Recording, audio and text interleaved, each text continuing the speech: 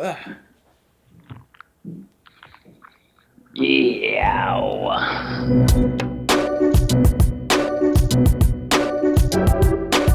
kind of wanted to talk to somebody about what their definition of success was, so I decided to call an old friend, Griff. Griff and I were in a band a few years ago, and we have an album that's really awesome. And this is not a push for the album. This is really kind of an update for both friends of ours who might be curious at the back of their minds, where'd those guys ever go to? Well, here's where we are. And also, in a more general sense, kind of toying with the idea and discussing the concept of what success means to you and what it means to us and how that's evolved over the two time points of being in a band and having that fresh outlook and the world, the sky is the limit kind of thing with no boundaries that you can see to now when I'm not saying like it's at the end of the road, but it's more further along the road, I guess.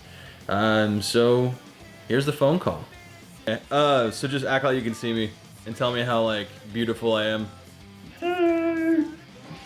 You're gorgeous. Thank you. I appreciate that. I'm looking at your profile picture and it's saying so my profile picture is of the guy from the Goonies that I wrapped. Actually, I think I did that in like MS Paint. it's like a Michelangelo mask. Yeah, when the Ninja Turtle movie came out, I kind of recreated that. Looks like an after picture from Meth. Talk a little bit about what you have previously defined success as. Like, we were in a band together. Yeah. What was success to you then? Going on tour and making $20,000 a night. Well, absolutely. What happened? As far as my perception of no, I mean, obviously that didn't happen. Right? Oh yeah, no, that didn't happen. Yeah. So how has your definition of success changed since then? Well, most of the things that I find successful now are now feasible versus things that were just goddamn outlandish. There was a period there, where we were like, oh man, a tour would be nice, and so we would like plot a tour, but our definition of a tour was sleeping in a truck in South Texas, playing trailer park shows. And I mean, I guess, it's all about perspective, like you're saying. If that's what makes you happy, go for it. Play the trailer park shows. But, I was kind of looking for something a little bit bigger, and I don't know. Yeah. Let me see. You mean like how do I define success now? No, I'm just trying to make you feel uncomfortable with the silence. Thanks. Oh man, absolutely works. So, like, what is your definition of success now? Definitely is, like actual success, like what it would take for me to consider myself successful. I don't know, doing things that I want to do versus what I think I need is what I consider success. There's a lot of times that, whenever you're setting goals for yourself that, you want to, the old saying, shoot for the stars because you'll end up at the moon, that whole thing.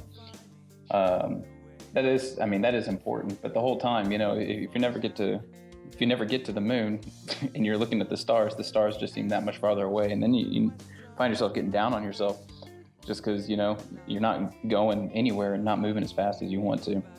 And so setting obtainable goals is probably what I've matured to in my idea of success. So obviously your success, a definition of your success, rather, you wouldn't say that going on tour and earning $20,000 a month is successful. Yeah. I mean, you would say that's successful, reasonably so, but that's not happening now. Yeah, well, I mean, now it's like I said, it's things that I consider now to be obtainable and things that I want that are obtainable. I mean, everybody wants $1 million. Everybody wants a Bugatti. Everybody wants, big booty bitches in the club shaking their ass for you. But I don't think so, Griff. Oh, is that just me? I mean, guilty. I found obtainable goals for myself that have redefined what success means to me.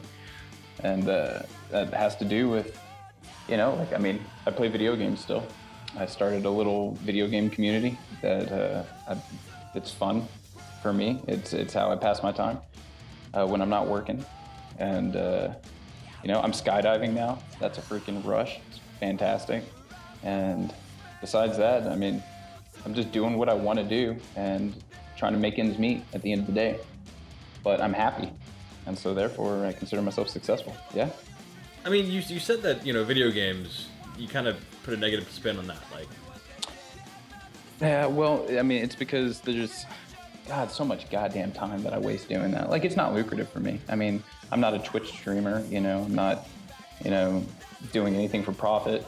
And so it literally is just for the love of the game. Everything that I do in video games is still for the love of the game. And if I could, allocate those resources towards something, financial, then, most people may consider me more successful in their eyes just because, everybody seems to rank money as the measurement of success these days. What's changed the most between then and now?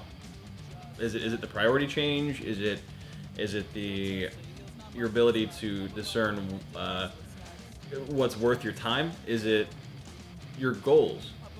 I think that it was a big goal shift for me. Like, when I started going back to school, honestly, it was a big eye-opening experience. I was now doing something that everybody did 5 years before me that was my age. And so it put the, afterburners on, essentially, like, oh, I need to get this done, I need to get this done. And where that left me was, it showed me that I could enjoy working, whereas I always thought that work was a job, if that makes any sense. Because I would always everyone dreads going to work, especially when they work a fucking shitty job. Like when I was working at Thundercloud, like I couldn't stand it sometimes. It's such an easy laid back job. I mean, you can get stoned and go to work. What better place is that, right? But at the same time, For those who don't know, Thundercloud Subs is a sub shop in Austin, Texas. A very hippie run sub shop in Austin. But Texas. It's like Subway for those more, I wouldn't say organically inclined. I'd say for those who want more of a local feel.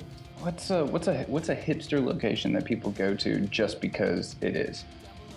Like a club downtown that should have died a long time ago. Like, Beauty Bar? No offense to any Beauty Bar goers, but yeah, the only thing that's kept that club running is the scene. And that's the only thing that's kept Thundercloud running. I mean, I haven't been in Austin in like a year now, so I don't even know if that still exists, but... It probably doesn't.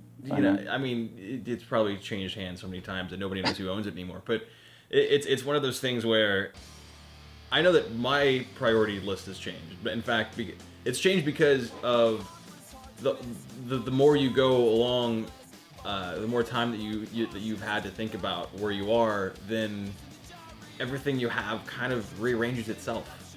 And when you have new goals that are introduced to the list, that kind of inserts themselves into the list, pushing others out.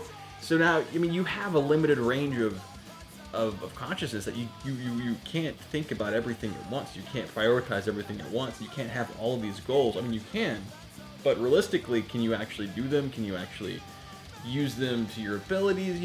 Can you make them work for you? Absolutely. And you went back to school. After we decided to call it with the band and cut the strings on that, we were like, all right, so let's just get on and figure out what we can do with ourselves. Tell me about it. But so you went back to school. I kept working. Right. I was working the mortgage servicing thing. In fact, I got that job to pay for the album. I don't know if you remember that, but that was. And then it ended up being, I'm here. All had ways of paying for the album. What's up? We all had our ways of paying for the album. Yeah. No, I mean, like when. Just kidding. What kind of list of priorities was that, Griff? I wasn't talking to you specifically. I mean. I was a pimp, remember? That's how. Oh, nice way to turn that one around. But yeah, no, for sure. It's we all had our jobs and priorities and methods of obtaining income for the positions that we were looking for. So we got the album. We had the album. we were young, we were naive, we had no idea what we were doing. We just had this amazing product. Nest egg is what we were thinking of, and I think that had a lot to do with it. I think that our idea of, like, I mean, just going back to what we've been talking about, the idea of success, along with our immaturity of real world success and what constitutes a success, plus our overwhelming of ourselves with goals, honestly, really laid the ground for a plane crash.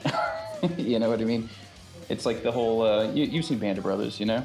Remember when they armored the C-180 with the freaking armored bottom and everything just to protect the general, and then the whole plane just came out of the sky like a freaking lead ship?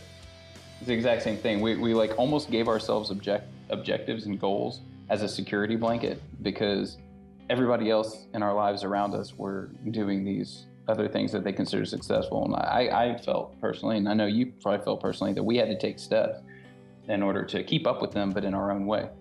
And so that's why we set the goals the way that we did. And man, now we're trying to fly a lead balloon, you know? Do you think that our goal setting overshadowed actually executing?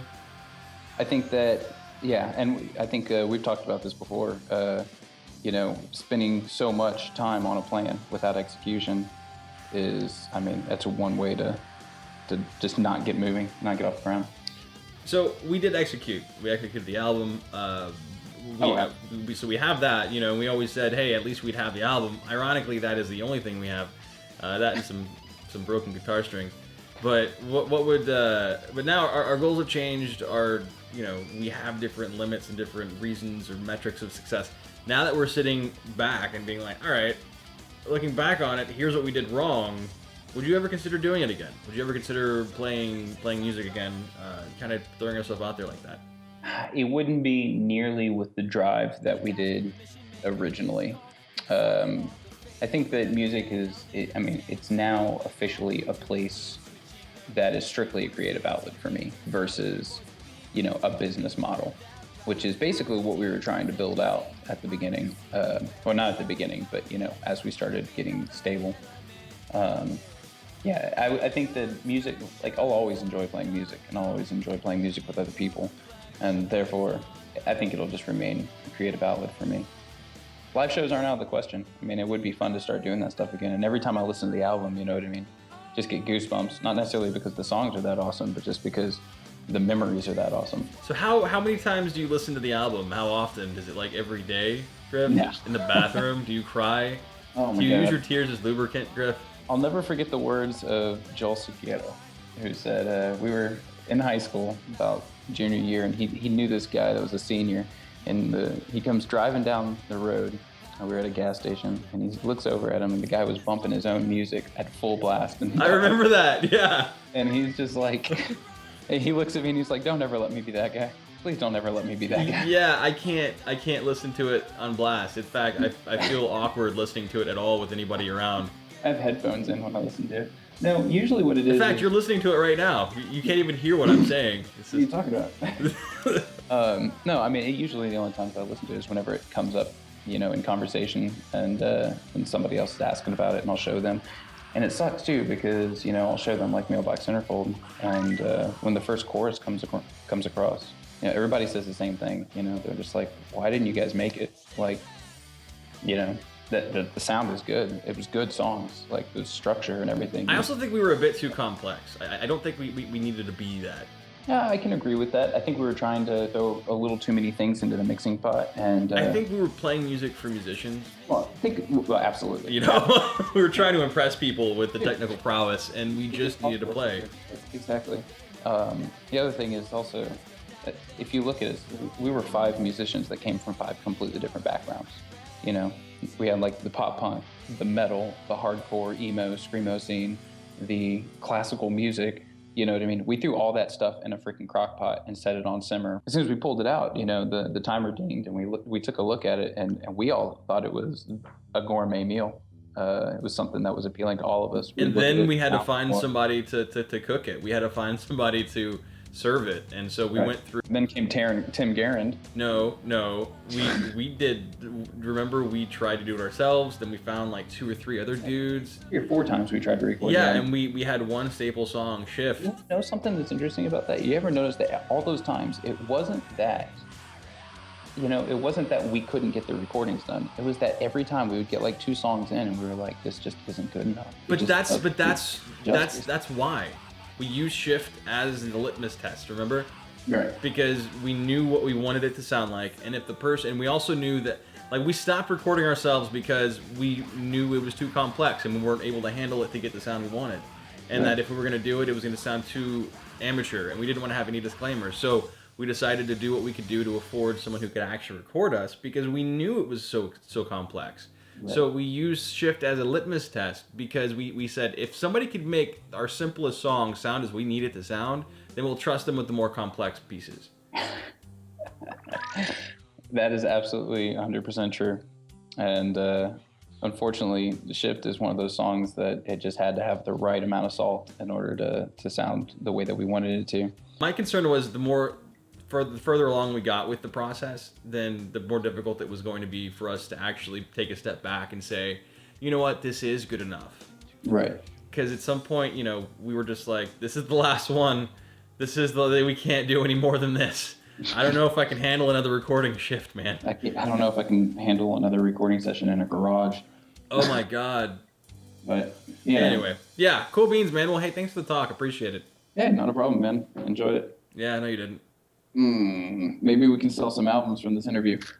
No, shut up. So if you like this video, great. Share it. Love it. I'll see you next Friday.